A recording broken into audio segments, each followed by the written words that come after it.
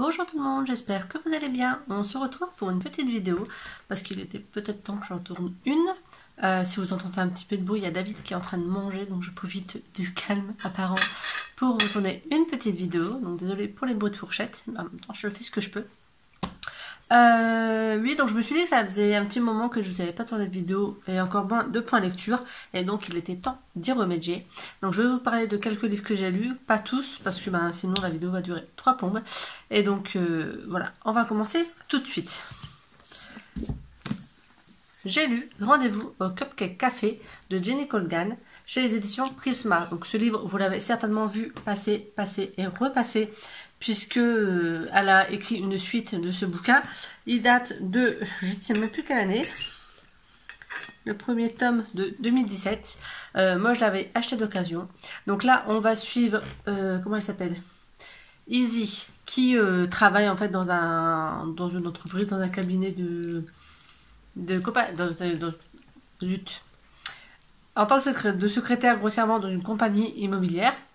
Et en fait, elle n'aime pas vraiment son job, elle voudrait évoluer, etc. Et elle stagne un petit peu. Et en fait, ce qui fait un petit peu sa renommée, entre guillemets, dans l'établissement, c'est qu'elle fait des super gâteaux. Et un jour, en fait, elle va se faire licencier parce que, voilà, pour raison économique par rapport à la boîte. Et elle va se remettre en question, voir ce qu'elle veut faire, etc. Et tout le monde lui dit en rigolant, bah, t'as qu'à ouvrir ta boutique de gâteaux puisque t'adores en faire. Et elle va finir par prendre ça au pied de la lettre. Un truc comme ça, vous avez compris ce que je voulais dire. Et elle va tenter d'ouvrir sa boutique avec des péripéties, etc. Et donc on va suivre son aventure pour devenir sa propre patronne. J'ai beaucoup aimé, donc c'est un beau bébé, hein. J'ai beaucoup aimé, je pense que je vais me procurer la suite, pareil d'occasion. Et voilà, donc avec évidemment des histoires d'amour derrière, d'amitié, voilà, des péripéties, voilà, des trucs plus ou moins sympas qui lui arrivent. Mais c'était une bonne petite lecture sympathique. C'est mieux. Ensuite, j'ai lu la librairie de la place aux herbes de Éric de Crémel chez les éditions J'ai lu. Donc c'est ma belle-mère qui me l'a offert parce que voilà, en voyant un petit peu le speech de fin, c'est-à-dire il y a une librairie qui a à vendre et une personne qui est à la retraite, je crois, ou qui doit être bientôt à la retraite, bref, se décide à l'acheter et à réaliser un de ses rêves, c'est-à-dire d'ouvrir une librairie. Donc ma belle-mère a pensé à moi en voyant ce titre. Alors mon point de vue, c'est un livre qui est plutôt sympa, mais par contre il y a des longueurs. Après, voilà, comme vous le savez, moi je suis plutôt dans le young adulte. Là c'est vraiment un contemporain adulte avec beaucoup de descriptions, des phrases qui sont avec un langage assez soutenu. Voilà, il y a certains moments, enfin c'est le bouquin, on peut pas lire quand on est fatigué en fait, parce qu'il faut relire la phrase 3 fois pour la comprendre. Voilà, donc après c'est sympa parce qu'on découvre plusieurs personnages qui passent la porte de la librairie, mais en fait c'est un peu comme si c'était un livre de nouvelles, parce qu'en fait chaque histoire n'a pas forcément de lien avec la précédente. C'est comme si c'était des personnes différentes. Donc oui c'est sympa, mais je m'attendais pas à ça. Donc voilà, je vais dire j'ai un avis mitigé. Après, je sais pas quoi vous dire d'autre en fait. On va vraiment découvrir comment elle va réagencer la librairie, ce qu'elle va en faire, les livres qu'elle aime bien, et on va découvrir les personnages qui vont, les personnes qui vont la marquer quand ces personnes vont passer dans sa librairie, les personnes qui vont la marquer, et puis leur histoire en fait. Mais c'est vrai qu'il n'y a pas forcément de lien toujours entre les différentes histoires. Et je pense que c'est peut-être ça qui m'a un petit peu manqué, c'est qu'il n'y avait pas un fil vraiment conducteur entre toutes ces histoires. Après, c'est mon point de vue personnel. J'ai également lu 13 ennemis de Nevada Bar aux éditions France Loisirs. Donc, il est marqué en phrase d'accroche: votre mari n'est pas celui que vous croyez. Donc là, en fait, on va suivre l'histoire d'un jeune garçon qui se réveille chez lui. Donc il est plein de sang en fait. Et en fait, il va découvrir que ses parents et sa petite sœur sont mortes. Il n'y a que son frère aîné qui est en vie. Et il est accusé d'avoir tué toute sa famille. Voilà. Sauf qu'en fait, il n'a aucun souvenir. c'est-à-dire qu'il ne peut pas avouer, comme il ne peut pas nier ce qui s'est passé en fait, puisqu'il n'a pas de souvenir. Et donc on va suivre comment, parce qu'il va être incarcéré, donc ça on le sait derrière, pendant un certain nombre d'années, et on va le découvrir à côté de ça, quand il sort de prison, etc. Et on va également suivre l'histoire de son grand frère. Donc ils vont finir par vivre tous les deux, voilà, ils vont rester en lien tout le temps.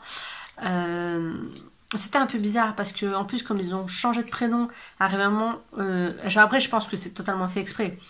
Je savais plus qui était qui, donc qui était le grand frère, qui était le petit frère, qui était celui qui était le meurtrier, qui était celui qui ne l'était pas.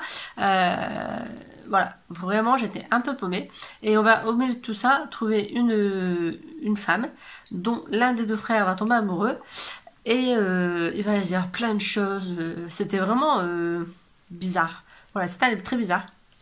Mais franchement très sympa parce que jusqu'à la fin, vraiment je me suis dit, j'ai un peu trouvé. Mais jusqu'à la fin, clairement il y a un bon suspense. Et voilà, j'ai pas mal aimé le bouquin. Après il est space, hein. Voilà. Bon, après c'est pas un livre non plus, hein. Je l'avais acheté pareil chez Zcash. Donc, comment vous dire qu'il doit pas être de là. Il date de... Attendez, j'essaie de vous dire. De 2010. Voilà, il a 10 ans le bouquin. Donc, je pense que vous pouvez facilement le trouver d'occasion si vous intéresse. Voilà, c'est vraiment un thriller bizarre. Je sais pas comment le nommer en fait différemment. Mais il était intéressant. On parle de ce garçon qui est déclaré meurtrier, qui est surnommé par le pays entier le petit boucher. Et on se retrouve ensuite, donc en 2007, dans une ville en fait qui est donc à la Nouvelle-Orléans, juste après le passage de l'ouragan Katrina. Donc on va aussi découvrir un petit peu le carnage que cet ouragan a fait dans la ville. Mais c'est pas trop... Enfin, on le voit, mais pas autant que ce que je pensais. Bref. Donc, intéressant. J'aime pas le bruit qu'il vient de faire. Intéressant, mais très bizarre. S'il te plaît, David, tu peux essayer de pas faire de bruit. Ça m'arrangerait parce que ça fait... Ah. D'accord? Ok? Ça te frissonne de moi? Oui, ça me frissonne, c'est ça. De moi? Comme toi aussi, ça te frissonne? Parfois. Eh ben, faut pas faire ça comme bruit alors. D'accord? Ça te tute? Faut faire attention, ok? Ouais. Allez, bon appétit. D'appétit. J'ai ensuite lu Elle voulait juste marcher tout droit de Sarah Barouk aux éditions Albin Michel. Donc pareil, un livre que j'ai acheté d'occasion à Françoisia, mais n'importe quoi. À Easy Cash. Il date de 2017. C'est un livre où on va suivre une petite fille qui est confiée par sa maman à une nourrice lors du début de la Seconde Guerre mondiale. Et donc on va suivre un petit peu son vécu.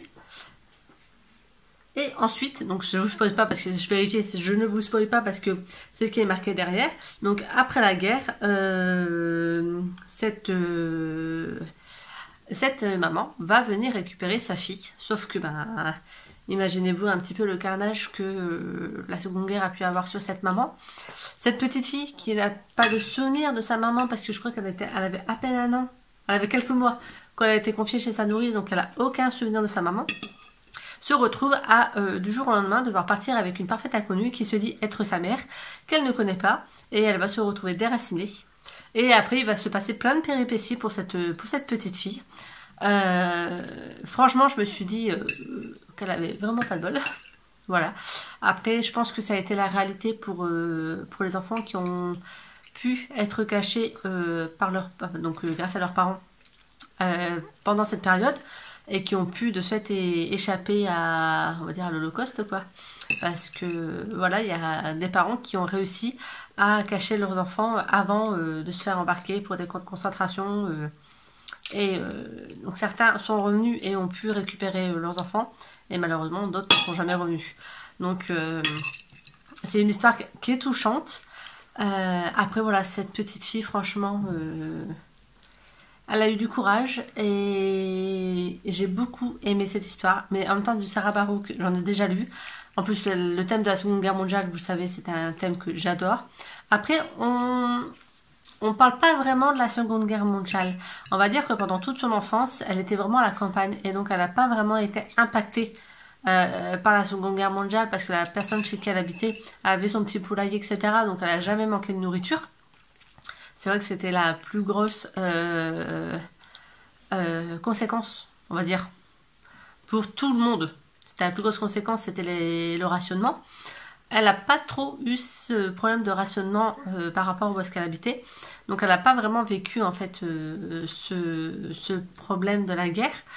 Elle va en découvrir un peu plus après, une fois qu'elle sera rentrée chez elle avec sa mère. Elle sait qu'il y a la guerre. Mais voilà, ça lui passe à côté. En même temps, elle est petite et puis elle n'y est pas vraiment confrontée. Donc voilà, donc c'était une super histoire. On va voir, donc elle est dans une petite ville, après elle va se retrouver à Paris, après elle va se retrouver à New York. Voilà, il va lui arriver plein de péripéties à cette demoiselle et elle va pas forcément toujours être entourée comme elle le voudrait. Donc je vous le conseille fortement.